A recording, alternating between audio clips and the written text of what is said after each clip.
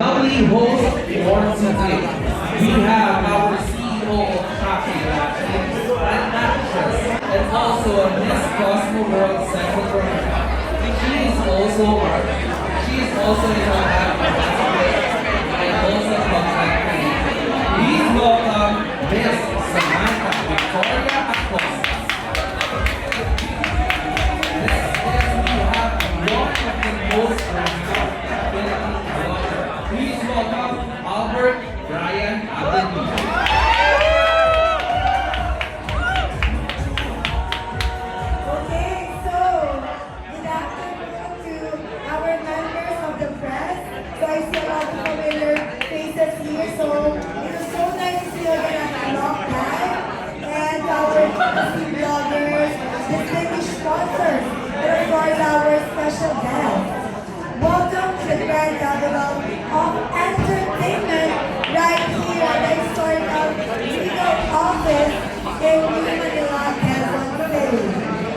So today marks a monumental milestone as we officially launch the search for the distinctive modern Filipino gentleman. Thank you, Sarah. Uy! Mabuhay! Thank you so much for our media partners for attending today's event. Of course, for distinguished sponsors and ang mga organizers. Maraming salamat po.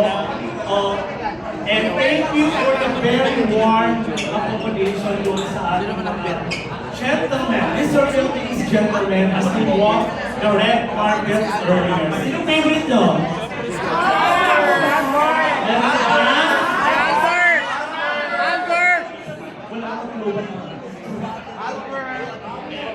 Okay, so this afternoon is completely exclusive, dedicated, to giving you an intimate first-hand look at our Mr. Philippines contestants.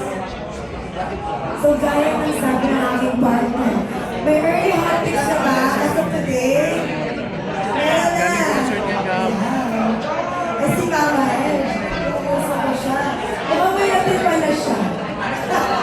Yeah, and don't forget, by the way, later on our program, you will have the opportunity to select our Media Choice Award. Okay? Wow, ilang partner? Tatlo yung magiging Media Choice Award natin. We will present a QR code for you to signify your vote.